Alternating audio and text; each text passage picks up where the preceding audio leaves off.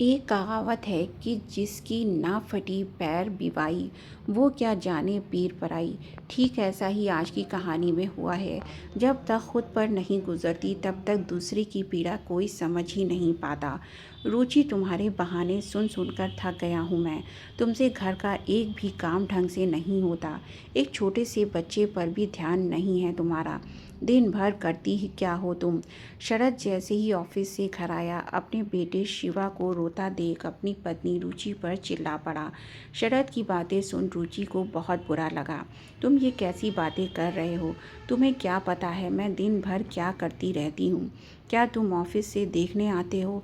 ऊपर से एक छोटा बच्चा है, अकेले कितना मुश्किल होता है घर के काम करने के साथ साथ बच्चे संभालना। तुम्हें अंदाज़ा भी है? हाँ हाँ, तुमने तो सबसे अनोखा काम किया है ना बच्चे पैदा करके। मेरी माँ ने भी 4-4 बच्चों को एक ही साथ पाला है, पूरे घर के काम करते हुए। और ये क्या, मैंने तुम्हें कपड़े धोने के लिए बोला था ना, एक भी कपड़े नहीं धोए हैं तुमने।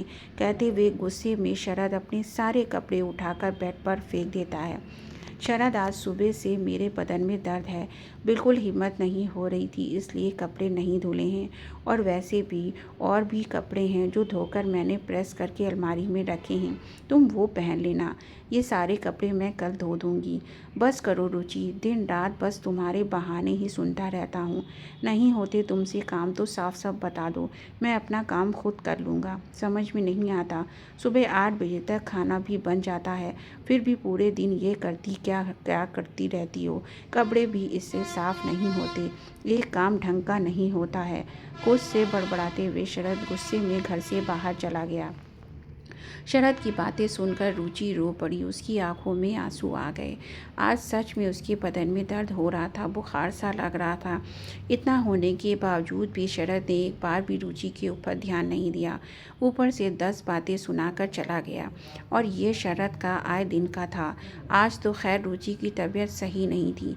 तबीयत नहीं भी खराब होती तो भी रुचि चाहे कितना भी घर का काम कर ले, शरद को कभी उसका काम दिखाई ही नहीं देता।